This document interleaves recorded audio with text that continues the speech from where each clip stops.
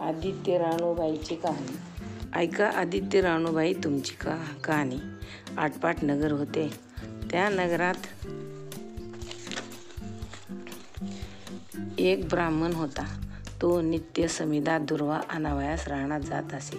तिथे नाग कन्या देव कन्या वसा वसत होत्या. काय ग बायानो, वसा वसता तो मला सांगा. तुला रे वसा कशाला हवा? ओतशील मातशील घेतला वसा टाकून देशील. ओतत नाही मातत नाही घेतला वसा टाकीत नाही. तेव्हा त्या म्हणाल्या, श्रावण मास येईल. पहिल्या आदित्यवारी मौन्य मुकाठ्याने उठावे. सचिळ वस्त्रासहित स्नान करावे. आद्रोदक पाणी आणावे. विड्याच्या नागवेलीच्या पानावर रक्तचंदनाची आदित्य राणूबाई काढावी. 6 रेषाचं मंडळ करावं. 6 सुताचा तातू करावा. त्याला 6 गाठी द्याव्या. पानाचा विडा, फुलाचा झेला, दशांगाचा धूप, गुळ खोबऱ्याचा नैवेद्य दाखवावा. 6 मास चाळावी. 6 मास पाळावी. माधी रथ सप्तमीस पूर्ण करावं. संपूर्णास काय करावं? गुळाच्या पोळ्या, गोटव्याची खीर, लोणकडे तूप, मेहुणे जेवू सांगावे. असेल तर चिरचोळी द्यावी. नसेल तर जोड गरसळी द्यावी. नसेल तर 2 पैसे दक्षिणा द्यावी आणि आपल्या वशाचे उद्यापन करावं. असा वसा ब्राह्मणाने केला. त्याला सूर्यनारायण प्रसन्न झाला. भाग्यलक्ष्मी आली. तेव्हा राजाची राणीने ब्राह्मणास बोलावून धाडलं. ब्राह्मण जातेवेळेस भिवू लागला, कापू लागला. तेव्हा राजाच्या राणीने सांगितले की भिवू नका, कापू नका. तुमच्या मुली आमच्या येथे द्या. आमच्या मुली गरिबाच्या तुमच्या घरी कशा द्याव्या? दासी कराल, बटकी कराल. दासी करत नाही, बटकी करत नाही. राजाची राणी करू, प्रधानाची राणी करू. मार्गशिराचा महिना आला. ब्राह्मणाने लगीन करून मुली दिल्या. एक राजाच्या घरी दिली, दुसरी प्रधानाच्या घरी दिली. गेल्या पावली मुलीचा समाचार घेतला नाही. वर्षांनी समाचारास ब्राह्मण निघाला. राजाच्या घरी गेला. लेकीने पाट दिला. पाय धुवायला पाणी दिलं. बाबा गूळ खा, पाणी प्या. गूळ खात नाही, पाणी पित नाही. माझी कहाणी ऐकवायची आहे, ती तू ऐक. तुझी कहाणी ऐकायला मला काही वेळ नाही. राजा पारधेला जाणार आहे. त्याला जेवायला उशीर होईल. तोच त्याच्या मनात राग आला. तेथून निघाला. प्रधानाच्या घरी गेला. तिने पाहिले आपला बाप आला म्हणून पाय धुवायला बसायला पाट दिला. पाय धुवायला पाणी दिलं. बाबा बाबा गूळ खा, पाणी प्या. गूळ खात नाही, पाणी पित नाही. माझी कहाणी करायची आहे, ती तू अगोदर ऐक. तुझी कहाणी नको ऐकू तर कोणाची ऐकू? घरात गेली. उतरंडीचे 6 मोती आणली. 3 आपण घेतली, 3 बापाच्या हातात दिली. त्याने मनोभावे कहाणी सांगितली. लेकीने चित्तभावे ती ऐकली. नंतर जेवून खाऊन बाप आपल्या घरी आला. बायकोने विचारले, मुलीचा समाचार कसा आहे? जिने कहाणी ऐकली नाही ती दारिद्र्याने पिळली, दुःखाने व्यापली. राजा मुलखावर निघून गेला. जिने कहाणी ऐकली ती भाग्याने नांदत आहे. इकडे दरिद्र जी झाली होती तिने आपल्या लेकाला सांगितलं, मावशी घनघोर नांदत आहे. तिकडे जाऊन तिने काही दिलं तर घेऊन ये. पहिल्या आदित्यवारी पहिला मुलगा उठला. तळ्याच्या पाळी जाऊन उभा राहिला. अगं अगं दासीनो, तुम्ही दासी कोणाच्या? आम्ही दासी प्रधानाच्या. प्रधानाच्या राणीला जाऊन सांगा की तुमच्या बहिणीचा मुलगा आला आहे. कसा आला आहे? का आला आहे? फाटके नेसला आहे, तुटके पांघरला आहे. तळ्याच्या पाळीला उभा राहिला आहे. परसदाराने घेऊन या. परसदाराने घेऊन आल्या.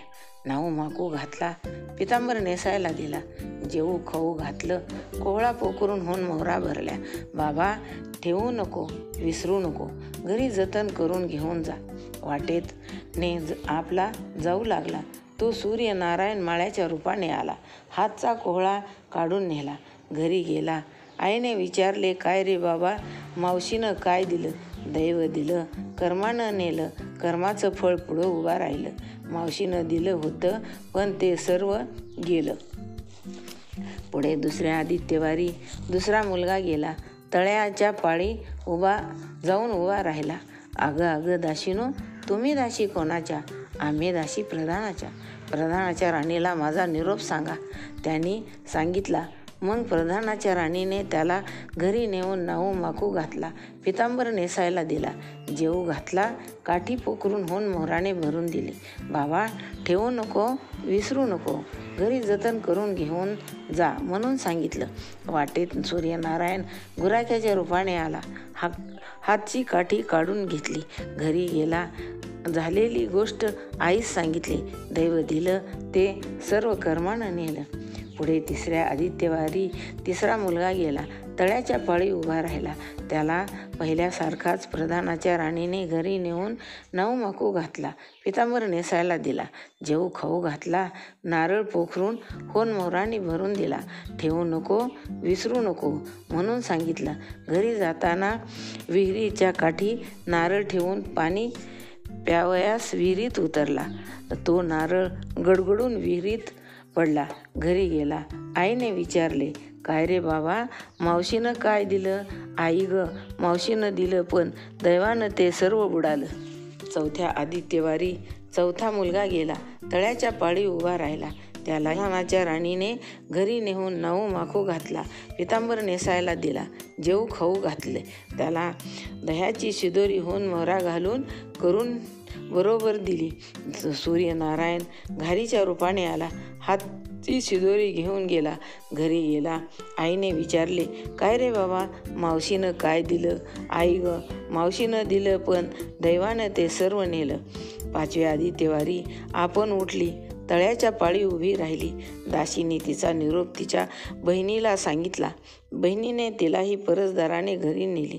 नाहू घातली, माकू घातले, पाटव नेसायला दिला. प्रधानाची राणी आदित्यवारी कहाणी करू लागली. अगं, काय वसा वसतेस तो मला सांग. बहीण म्हणाली, अगं चांडाळणे, पापिनी, बापाची कहाणी ऐकली नाहीस म्हणून तुला दारिद्र्य आलं. राजाच्या राणीने विचारले, याला काय उपाय करू? तेव्हा तिने वसा सांगितला. ती बहिणीच्या घरी राहिली. श्रावण आला.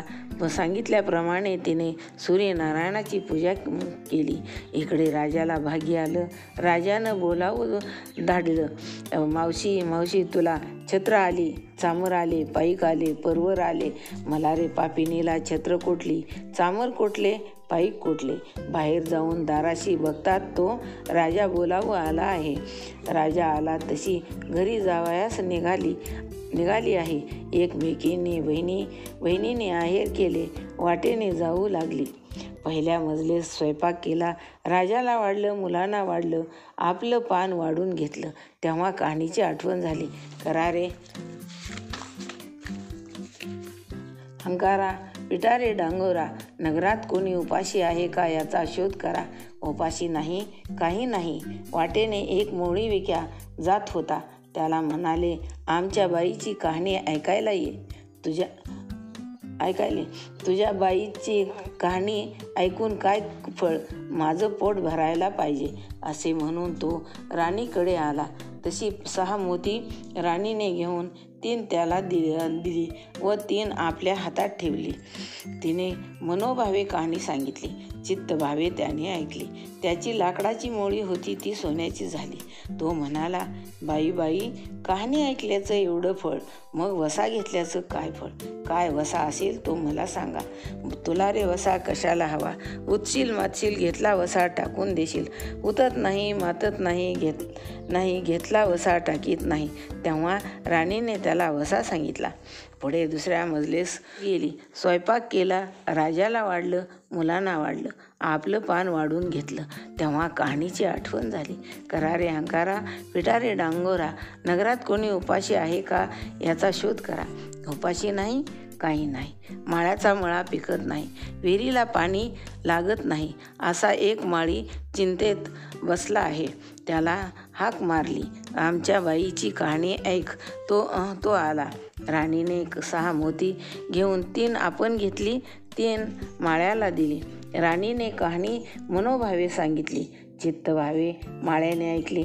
माळ्याचा मळा पिकू लागला. विहिरीला पाणी आले. तो म्हणाला, बाई, कहाणी ऐकल्याचं एवढं फळ, वसा घेतल्याचं काय फळ? काय वसा असेल तो मला सांगा. मग राणीने त्यास वसा सांगितला. तिसऱ्या मजलेस गेली, स्वयंपाक केला. राजाला वाढलं, मुलांना वाढलं. आपलं पान वाढून घेतलं. तेव्हा कहाणीची आठवण झाली. करा रे हंकारा, पिटा रे डांगोरा. नगरात कोणी उपाशी आहे काय याचा शोध करा. उपाशी नाही, काही नाही. एक म्हातारी, तिचा एक मुलगा वनात गेला होता. एक डोहात बुडाला होता. एक सर्पाने खाल्ला होता. त्यामुळे चिंताक्रांत बसली होती. तिला म्हणावे, आमच्या बाईची कहाणी ऐक. ती म्हणाली, कहाणी ऐकून मी काय करू? मी मुलासाठी रडते आहे. बरे येते. मग ती राणीकडे आली. राणीने पहिल्याप्रमाणे तिला कहाणी सांगितली. तिने चित्तभावे ऐकली. तिचा मुलगा वनात गेला होता तो आला. डोहात बुडाला होता तो आला. सर्पाने खाल्ला होता तो आला. ती म्हणाली, बाई बाई, कहाणी ऐकल्याचं हे फळ, मग वसा घेतल्याचं काय फळ? काय वसा तो मला सांगा. मग राणीने तिलाही वसा सांगितला. पुढे चौथे मजलेस गेली, स्वयंपाक केला. राजाला वाढलं, मुलांना वाढलं. आपण पान वाढून घेतलं. तेव्हा कहाणीची आठवण झाली. करा रे हंकारा, पिटा रे डांगोरा. नगरात कोणी उपाशी आहे का याचा शोध करा. उपाशी नाही, काही नाही. काना डोळा, मासाचा गोळा. हात नाही, पाय नाही. असा एक मनुष्य रस्त्यामध्ये होता. त्याच्या अंगावर तांब्यावर पाणी ओतलं. पालता होता तो उताना केला. 6 मोती होती. त्यातील 3 मोती त्याच्या बेंबीवर ठेवली. 3 त्या मोती आपण घेतली. राणीने मनोभावे कहाणी सांगितली. ती त्याने ऐकली. त्याला हातपाय आले. दिव्य देह झाला. तो म्हणाला, कहाणी ऐकल्याचं एवढं फळ, वसा घेतल्याचं काय फळ? काय वसा तो मला सांगा. मग राणीने त्याला वसा सांगितला. 5व्या मुक्कामास घरी आली. स्वयंपाक केला. सूर्यनारायण जेवायास आले. 7 दरवाजे उघडले. लोह गंगाळे पाणी तापवले. षड्रश पक्वान्ने जेवायास केली. सूर्यनारायण भोजनास बसले. त्याला पहिल्या घासास केस लागल्या. ते म्हणाले, अगं अगं, कोण्या पापिनीचा केस आहे? राजाच्या राणीला 12 वर्ष दरिद्र आलं होतं. तिने आदित्यवारी वळचणी खाली बसून केस विंचरले होते. काळं चवाळं डोईचा केस, वळचणीची काडी डाव्या खांद्यावरून वेशी बाहेर टाकून दे. राजाच्या राणीला सूर्यनारायणाचा कोप झाला तसा कोणालाही होऊ नये. ब्राह्मणाला, मोळीविक्याला, राजाच्या राणीला, माळ्याला, म्हातारीला, कानाडोळा, मासाचा गोळा इतक्यांना जसा सूर्यनारायण प्रसन्न झाला तसा तुम्हा आम्हाला हो. ही 60 उत्तराची कहाणी 5 उत्तरी सुफळ संपूर्ण.